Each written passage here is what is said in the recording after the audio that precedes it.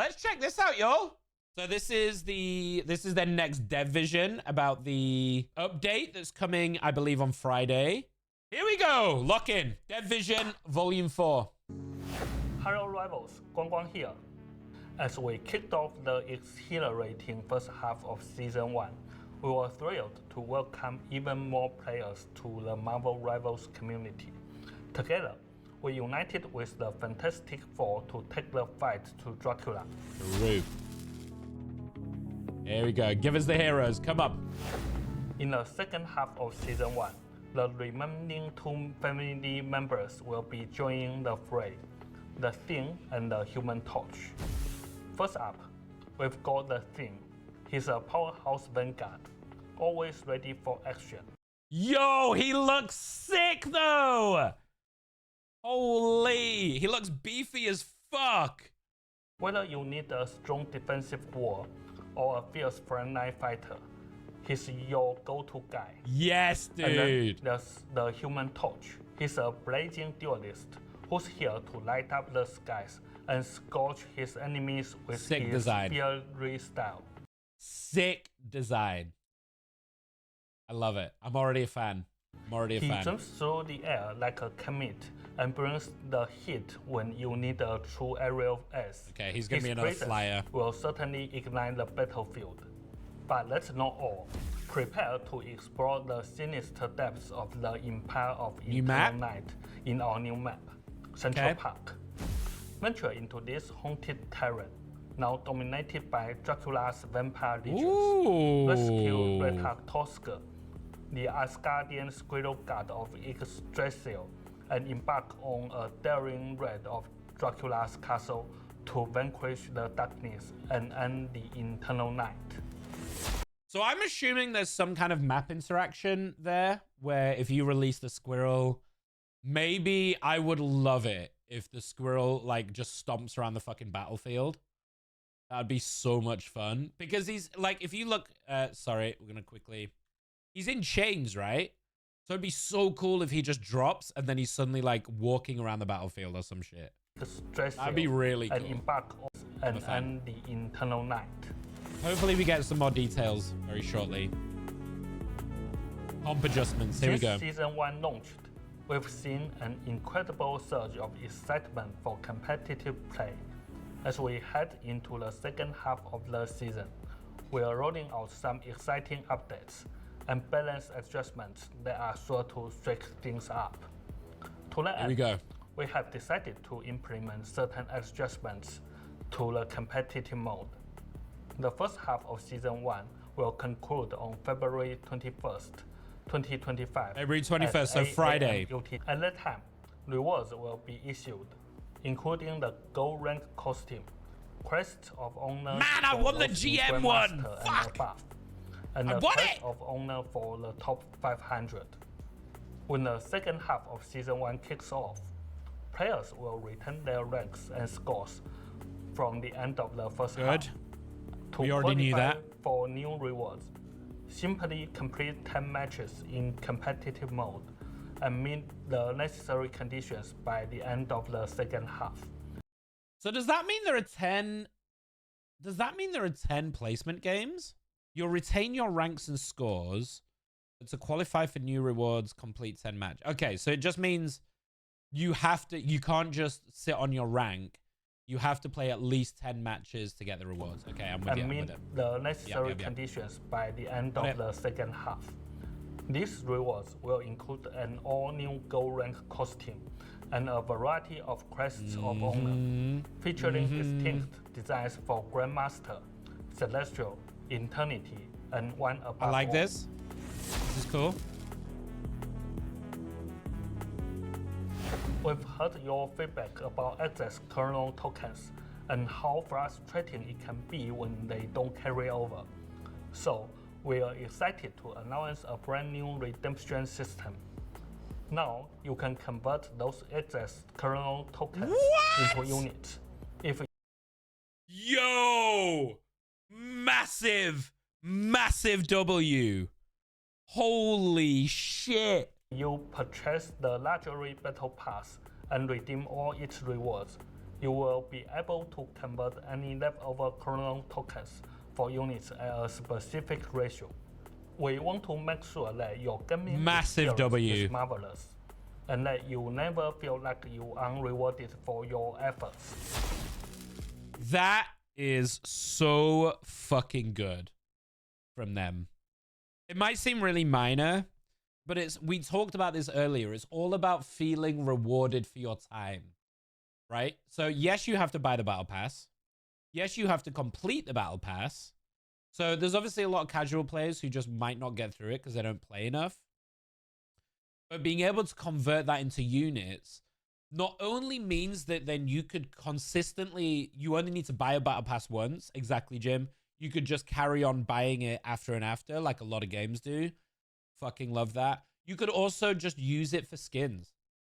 Because you got to think about it this way, right? You earn a lot of chrono tokens just from playing the game on the daily. So the more you play it, the more rewards you get, the more costumes you can buy, because units are transferable. So you could convert that into buying skins, into buying the battle pass. That is a big, big W. I love that. That's huge. Now let's talk tournaments. We've heard your excitement and questions about our plans for Marvel Rivals tournaments since launch, and we are thrilled to see such a passionate community. A thriving player base is the lifeblood of any great game, and we are pumped to see that our in-client tournament, the Marvel Rivals Championship, has maxed out its faction registration in North America. After the upcoming updates in the second half of Season 1, we will be increasing that limit. As anticipation reaches a fever pitch, brace yourselves for a series of Marvel Rivals Invitationals set to kick off at the end of February and continue into March. That's sick. Now let's turn it over to Zhiyong, who's ready to share the latest balance adjustments for the second half of Season 1. Before we get into balance, that's some big wins. I think there is nothing here that I would argue with. It's all super positive. New content, new heroes we already knew about. Some little quality of life things. This is all W's right now. Hey Rebels, I'm Zhiyong. Today, we are diving into some exciting balance changes coming up for the second half of Season 1 that are sure to shake things up on the battlefield.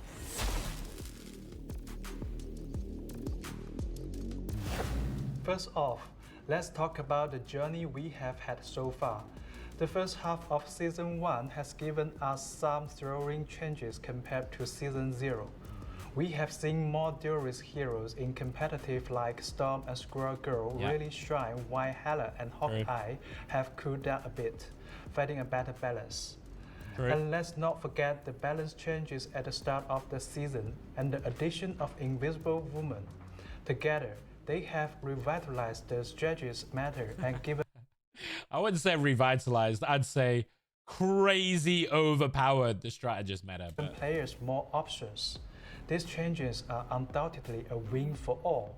But hold on, there are a few challenges we have noticed that we are ready to tackle to make your gameplay even more epic.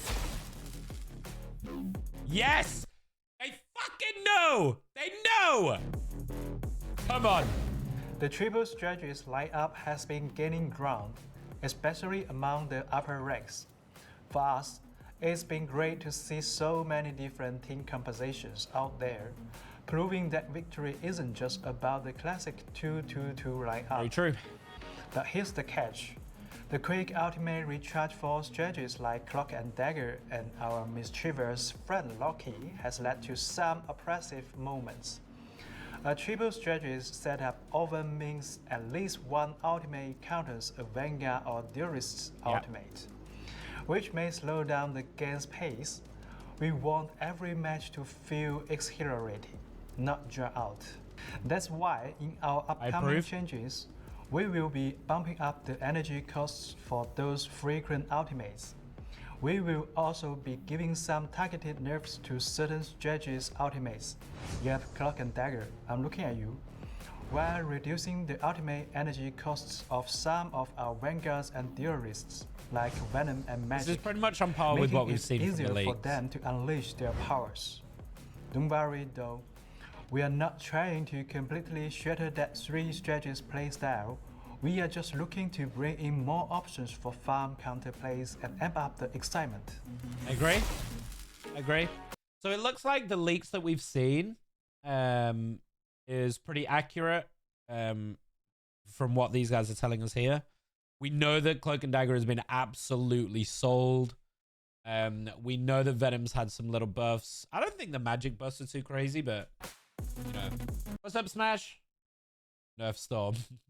She has been nerfed.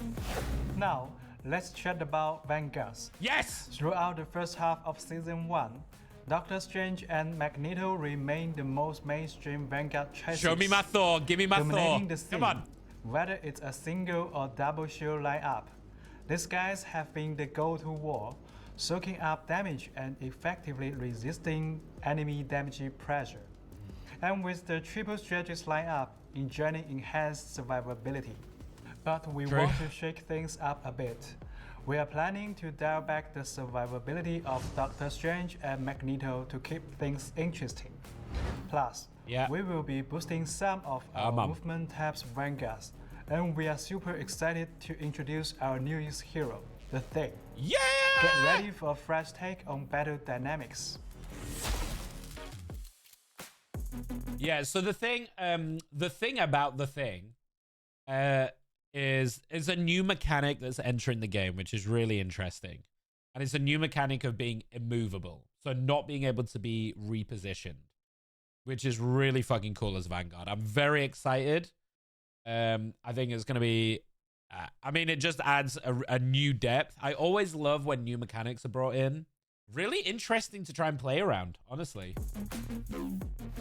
We have been closely analyzing pick and win rates across all tiers, using battle data and battle rates for our top tier heroes. With all this information in hand, we are making some targeted adjustments to certain characters. For example, Storm is getting a moderate trick to help her find that perfect balance again.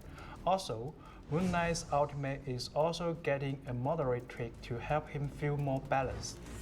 I may have misread the patch notes when we saw it, and that leak may have been wrong.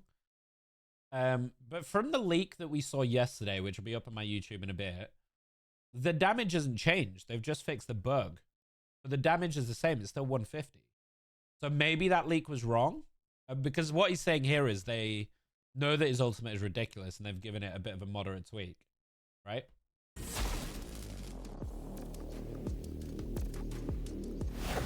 Now, let's talk about the balanced schedule.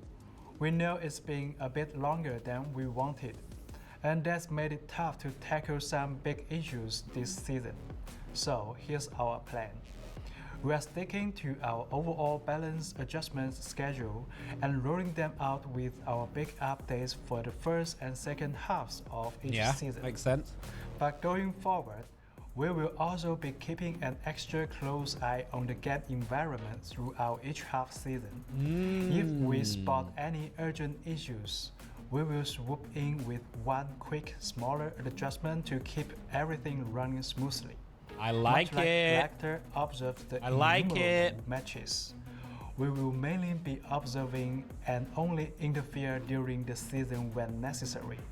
So I'm guessing this is stuff like the Moon Knight is a great example, right? If they identify something's busted or something is like just ridiculously overpowered, then they're giving themselves the license to say, hey, we could come in at any point to try and fix this. Like, don't worry about it. We know that these things happen, rather than just doing it these 2 points in a season. Love it. Love it. Everything so far in this video, massive W. We are committed to being careful with these changes because we want to keep the game to have a stable play environment. Yeah. Big W. Love it. Thank you for the follow, Smash. We will soon be updating the website with the pick rates and win rates for the first half of Season 1. After that, we will drop the balance adjustment announcement for the second half of the season. Keep your eyes peeled for those official updates. Okay, so we don't have patch notes yet. We don't have patch notes. We are rolling out a hidden name feature in competitive mode for players who reach Diamond 3. Once it's activated, your true identity will be under wraps during the loading screen, hero selection, and the start of the match. Other players won't be able to see your name right away, and after a short period in the battle, your real name will pop back up. Thank you for your unwavering support, Rivals. We can't wait to see you harness the power of the complete Fantastic Four. And that's a little bit weird to me. I understand why they've done it from Diamond, so you can't get target banned. I can appreciate that completely. Why have the name pop back up, though? Why not just why not like toggle it? Or like give people the option to say, hey, either have it hidden the whole game, have it pop up after the first half or something, or don't hide it. Like have 3 toggleable options. Having it pop up halfway through the game doesn't really make any sense. Although maybe is this separate to streamer mode? Maybe, because here's the problem: if you're a massive streamer, this isn't going to affect me for a while as a small streamer. But as a big streamer, if you're someone like Tim, people are going to stream snipe. I don't think stream sniping is nearly as bad in a game like this because you can snipe, but the game is so fast paced that I don't think it's nearly as bad as like a game like Valorant or something like that, right? But it does feel a bit weird to have it pop up halfway through the game. But I love the fact that they're putting the option in. I think not being able to target ban or not having your hero target banned is great, because obviously a lot of high level players. Who's a really good example? Necros with Spider-Man, team captain with Wolverine. These people who are amazing at one hero, and like dominate lobbies with one hero are going to be able to do that without being target banned. So I kind of like it. And stand against the dark forces of. This feels a bit of an odd way to do it. Ignite the battle. Yo, I mean, listen, massive fucking W. Competitive adjustments. I don't mind them at all. More rewards for getting high rank, I think is always good. We were talking about it before. Reward people for their time. Reward people for playing your game. More rewards, always good. This excess chrono tokens is the biggest W. I am such a massive fan of this. And I think Marvel Rivals over any other game company right now, maybe bar Larian Studios, has absolutely hit the nail on the head. They have 100% realized that being greedy is not going to get you anywhere.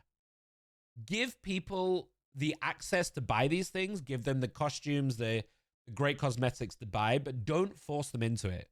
Don't pressure people into getting these things. Stuff like this, where you're rewarded for your time played, into being able to buy more cosmetics and stuff. Massive fucking W. This is such a good change. Because it means that once the battle pass is done, you have a reason to keep playing. You have a reason to keep going and doing your dailies and your weeklies, because then you can convert them into units. I think there's such a smart play. Tournament, I think, is always great. The fact that they've got an in-game client is awesome. I wonder if when the tournament is on, we will be able to spectate the games from in the game itself, which would be really good. I'm actually not 100% sure on that. Dota does something similar. So if you ever watch Dota 2, whenever the tournaments and stuff are on, you can watch it from the in-game client. I kind of hope that they do that. It feels like they should, because they've got an inbuilt tournament system in place within the client. So it makes sense to allow people to watch and observe themselves from in the client. I'd love it if they do that. The balancing, they clearly know where the issues are. So I like how this is going to shake up the meta. They've obviously identified Vanguards need a little bit of help and a little bit of balance changing. So they've done that too. Love it. And the balance schedule, great. I love that they're identifying, hey, there might be things that pop up. Let's deal with it as it comes. This is why I believe this game is going to stand the test of time. Everything that I've seen from this dev team has been listening to the community, understanding where the problems are, taking on feedback, and addressing it accordingly. No greed. Like, it's so refreshing. It's so refreshing.